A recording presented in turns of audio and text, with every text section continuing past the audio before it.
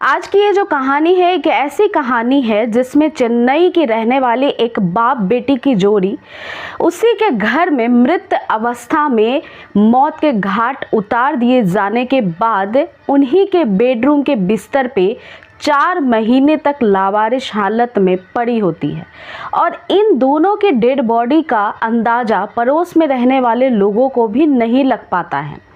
कमरे का सीन ही कुछ 4 महीने बाद ऐसा था जिसे देखकर पुलिस के भी होश उड़ जाते हैं, रोंगटे खड़े हो जाते हैं। कंकाल के शक्ल में ये बाप बेटी एक ही बिस्तर पे पड़े होते हैं।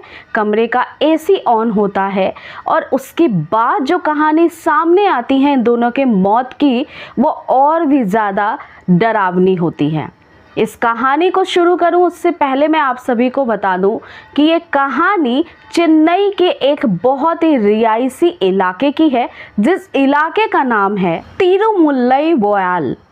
ये एक ऐसा इलाका है चेन्नई का जहाँ पे काफ़ी घनी आबादी में लोग रहते हैं और यहीं के एक अपार्टमेंट में एक लड़की अपने पिता के साथ रहा करती थी जिसकी उम्र महज 37 साल थी, जिसका नाम था सिंधिया और इसके पिता का नाम था शंकर। ये दोनों एक साथ एक ही अपार्टमेंट में इस वजह से रहते थे क्योंकि पिता ने बेटी की शादी कर दी थी, लेकिन शादी के बाद सिंधिया अपने पति के साथ बहुत अच्छे से खुशहाल जिंदगी नहीं बिता पाई, जिसकी वजह से उसकी अनबन अपने पति के साथ होती रहती थी। वो दोनों ही इतनी ज़्यादा गुस्से में लड़ते झगड़ते थे कि एक दिन सिंधिया को काफ़ी गुस्सा आया और वो अपने पिता को जाकर कहती है कि वो अपने पति से डिवोर्स लेना चाहती है।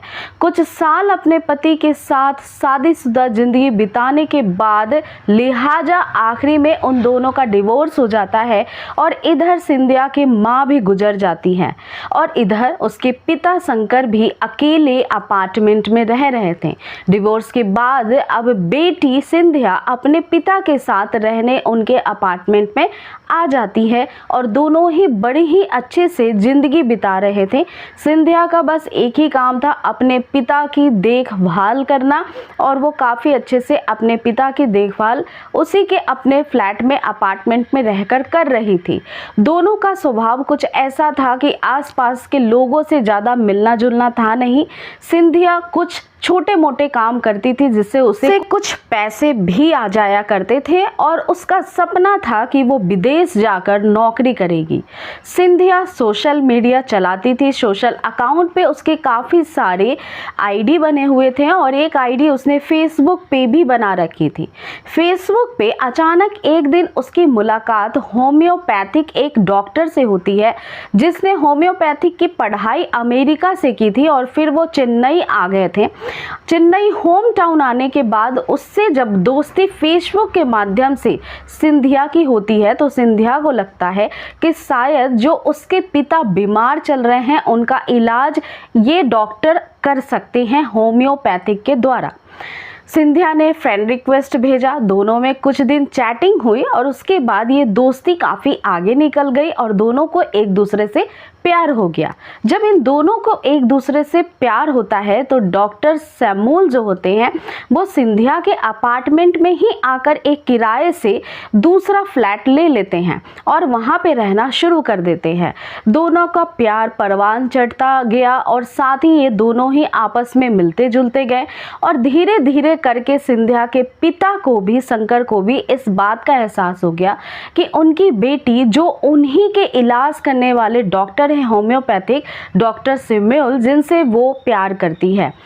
इस बात पे पिता को कोई नाराजगी नहीं हुई क्योंकि उन्हें पता था कि उनकी बेटी ने अपने पति को डिवोर्स दिया हुआ है और ये जो होम्योपैथिक डॉक्टर हैं उनकी अब तक शादी भी नहीं हुई है। इसके बाद डॉक्टर सैमुअल पिता का इलाज करते हुए सिंधिया के एक दिन डिसाइड करते हैं कि वो सैमुअल और सिंधिया को साथ में देखना चाहते हैं, उनकी शादी कराना चाहते हैं और इसके अलावा वो ये भी चाहते थे कि ये जो डॉक्टर हैं होम्योपैथिक ये साथ में ही सिंधिया के अपार्टमेंट में रहना शुरू कर दे और जो किराए का उसने अपार्टमेंट लिया हुआ है वो वापस कर दे। अब किराए के अपार्टमेंट को छोड़कर डॉक्टर डॉक्टर सीधे सिंधिया के फ्लैट में आते हैं और रहना शुरू कर देते हैं और साथ ही सिंधिया के पिता की भी बहुत अच्छे से देखभाल कर रहे थे। इलाज भी उनका ही चल रहा था। धीरे धीरे समय बीतता चला जाता है। इधर सिंधिया भी अपने सपनों की उड़ान भरती है और वो लगातार डॉक्टर से बोलती है कि मुझे विदेश जाना है नौकरी करने के लिए। इस बात से जो होम्योपैथिक डॉक्टर सैमुअल थे वो नाराज तो होते हैं, लेकिन फिर भी वो जैसे तैसे सिंधिया से प्यार करने की वजह से वक्त गुजार रहे थे और बाद में वो सोच रहे थे कि वो सिंधिया को मना लेंगे इंडिया में ही रहने के लिए। लेकिन वक्त बीतता चला जाता है और सितंबर का महीना साल 2024 का शुरू हो जाता है और ये वो हफ्ता था, वो साल का एक ऐसा महीना जिसके शुरुआत के हफ्तों में ही सिंधिया के फादर की मौत हो जाती है। जब सिंधिया के फादर की मौत हो जाती है तब सिंधिया अपने फादर से इतनी क्लोज थी कि बहुत ही ज़्यादा दुखी होती है और डॉक्टर सैमुअल से बहुत लड़ाई करने लगती है। वो ये कहती है कि मुझे बहुत गिल्ट हो रहा है, मैंने क्यों तुमसे इलाज करवाया अपने पिता का और उन्हें इस कगार पे पहुंचा दिया कि अब वो इस दुनिया में ही नहीं है। इनके मौत का कारण केवल और केवल तुम हो और तुम्हारे इलाज की वजह से मेरे पिता ठीक होने की बजाय सीधे मर चुके हैं। इस बात का बहस इतना ज़्यादा बढ़ जाता है कि दोनों में खूब लड़ाइयाँ होना शुरू होती हैं और लड़ाइयाँ इस कदर बढ़ जाती है कि एक मौत तो इस घर में हो चुकी थी, अब दूसरी मौत का भी इंतज़ार था। जब पुलिस को इन्वेस्टिगेशन के दौरान पता लगता है कि एक फ्लैट में 2 मृत व्यक्ति पाए गए हैं और वो भी पता करने का तरीका कुछ ऐसा था कि 4 महीने तक एक फ्लैट से कोई बदबू नहीं आती है, लेकिन 4 महीनों के बाद अचानक से एक फ्लैट से काफ़ी बदबू आने लगती है। घर का कमरा बंद होता है और साथ ही अंदर एसी चलती होती है। एसी के पास से हल्की फुल्की सी दुर्गंध आसपास के पड़ोसियों को जब सुनाई देती है, जब महक आती है, महसूस होती है, तब वो तुरंत ही कुछ लोगों को, पुलिस वालों को खबर कर देते हैं, क्योंकि आजकल ये सारी घटनाएं बहुत आम हो गई हैं। फ्लैट में किसी की मौत हो जाना, किसी को मार देना, ठिकाने लगाना, इस शक के आधार पर चेन्नई के पुलिस को कॉल किया गया। पुलिस की टीम मौकाए वारदात पे आती है। थोड़ा इन्वेस्टिगेशन करने के बाद ही पुलिस को समझ आ जाता है और सारे ही पड़ोसियों को भी समझ आ जाता है कि इस मल्टी में एक पिता और बेटी भी रहते हैं और जो काफ़ी दिनों से गायब हैं, लापता हैं। बदबू इसी मल्टी से आ रही है, किसी फ्लैट से आ रही है। तब पुलिस उस दरवाजे पे जाकर खटखटाती है, दस्तक देती है, जो कि सिंधिया का फ्लैट था। फ्लैट खुला नहीं होता है, लॉक होता है। लॉक को तुड़वाया जाता है। सभी लोगों के साथ जब पुलिस की टीम भी अंदर पहुंचती है तब सीन देखकर बिल्कुल सहम जाती है। 2 कंकाल के शक्ल में बॉडी बिस्तर पे पड़ी थी जो कि सड़ चुकी थी और कमरे का एसी ऑन था। अब इसके बाद जब इन्वेस्टिगेशन आगे बढ़ती है, पूछताछ किया जाता है, तब कुछ पड़ोसी बताते हैं कि इन दोनों का ही किसी से मिलना जुलना ज़्यादा नहीं था, लेकिन एक डॉक्टर था जो इस सिंधिया के पिता का इलाज कर रहा था और वो इसी अपार्टमेंट के एक फ्लैट में किराए से रहता था। अब पुलिस उस मकान के यानी उस फ्लैट के किराए के जो पेपर्स होते हैं वो अब इस फ्लैट के मालिक से लेती है और उसमें पता करती है कि ये जो डॉक्टर था होम्योपैथिक सैमुअल, वो कहाँ रहता है। पता चलता है कि जो उसने डॉक्यूमेंट्स लगाए थे उसमें चेन्नई का ही एक एड्रेस था और ये बिल्लौर नाम के एक जगह का था। पुलिस को देर नहीं होती है, बिल्लौर के उस घर में पहुंचती है जहां सैमुअल मिल जाता है। अब इधर दोनों ही बॉडीज को पोस्टमार्टम के लिए भेजा जाता है।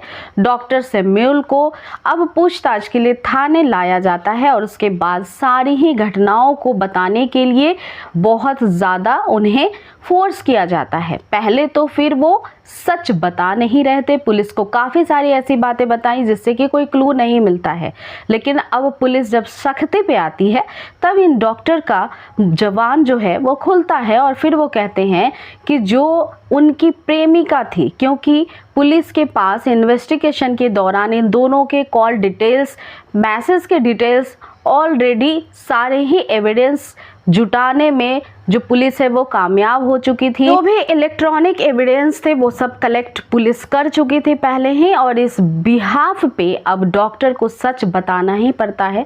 डॉक्टर ये बताता है कि सिंधिया से उसकी रिलेशनशिप थी, वो दोनों साथ में रहते थे। सिंधिया को फॉरेन जाना था जॉब करने के लिए। इधर जब उसके पिता की मृत्यु हो जाती है तो उसका ब्लेम वो मुझे देने लग जाती है, और जिस पे हम दोनों की बहुत लड़ाई होती है, और लड़ाई इस कदर बढ़ जाती है कि डॉक्टर को गुस्सा आ जाता है। उसके बाद सिंधिया का सर वो एक दीवार में लगातार मारते हैं, और जिसकी वजह से सिंधिया की मौत हो जाती है।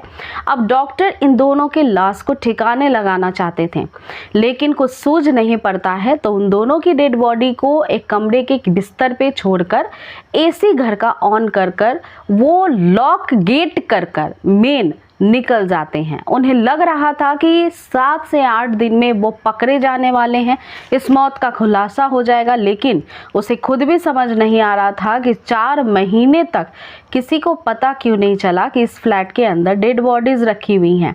अब जब पुलिस के पास सारे साक्ष्य जुटा लिए गए थे, सिंधिया के मौत की पुष्टि भी जिस तरह से इस डॉक्टर ने बताई थी वो पोस्टमार्टम रिपोर्ट में भी आया था, और उसके फादर की जो मौत थी वो नेचुरल डेड के तौर पे डिक्लेयर हो गई। उसके बाद इस डॉक्टर को तुरंत ही गिरफ्तार करके जेल भेज दिया गया। ये घटना अपने आप में ही एक ऐसी घटना थी जिसमें 4 महीने तक एक फ्लैट के अंदर 2 डेड बॉडीज पड़ी थी, और इसका भनक पड़ोसियों को भी नहीं लगा। जब ये मुद्दा काफ़ी ज़्यादा सोशल मीडिया पे वायरल हुआ, तब हर कोई यही कह रहा था कि शहर की जो ज़िंदगी होती है और जो मल्टीज अपार्टमेंट में रहने वालों की ज़िंदगी होती है, इनमें कई बार पड़ोस में कौन रह रहा है, उसके साथ क्या हो रहा है, ये पता ही नहीं चलता है। इसीलिए दोस्तों, अपने आसपास के लोगों का भी उतना ही ख्याल रखें जितना आप अपना रखते हैं। एटलीस्ट इतना तो पता रखें कि आपके पड़ोस में कौन रह रहा है। अगर लोगों को इस बारे में पता होता तो शायद सिंधिया के मौत का राज बहुत पहले खुल सकता था, और एक आरोपी 4 महीने तक बेधड़क जिंदगी खुले में नहीं जीता। उसे उसके सजा तक पहुंचाने में पुलिस को बहुत मदद मिलती, वो बहुत जल्दी गिरफ्तार होता, और सिंधिया की आत्मा को कहीं ना कहीं थोड़ी शांति जरूर मिलती। लिहाजा अब ये जो पूरा मुकदमा है वो अदालत में चल रहा है। अभी कुछ नतीजे तक ये पूरा जो मुकदमा है, क्राइम है, वो नहीं पहुंचा है। आज की कहानी यहीं तक थी। इस कहानी को सुनाने का मेरा मकसद आप सभी की भावनाओं को ठेस पहुंचाना नहीं था। आप जहां भी रहें सुरक्षित रहें, सचेत रहें और अपना पूरा ध्यान रखें। अगली मुलाकात नई कहानी के साथ होगी। अगर आप नई कहानियां क्राइम से रिलेटेड सुनना चाहते हैं तो आप इस चैनल को सब्सक्राइब कर सकते हैं, और वीडियो पसंद आई है तो इसे लाइक कर सकते हैं। मेरा नाम पूजा है। Thank you so much.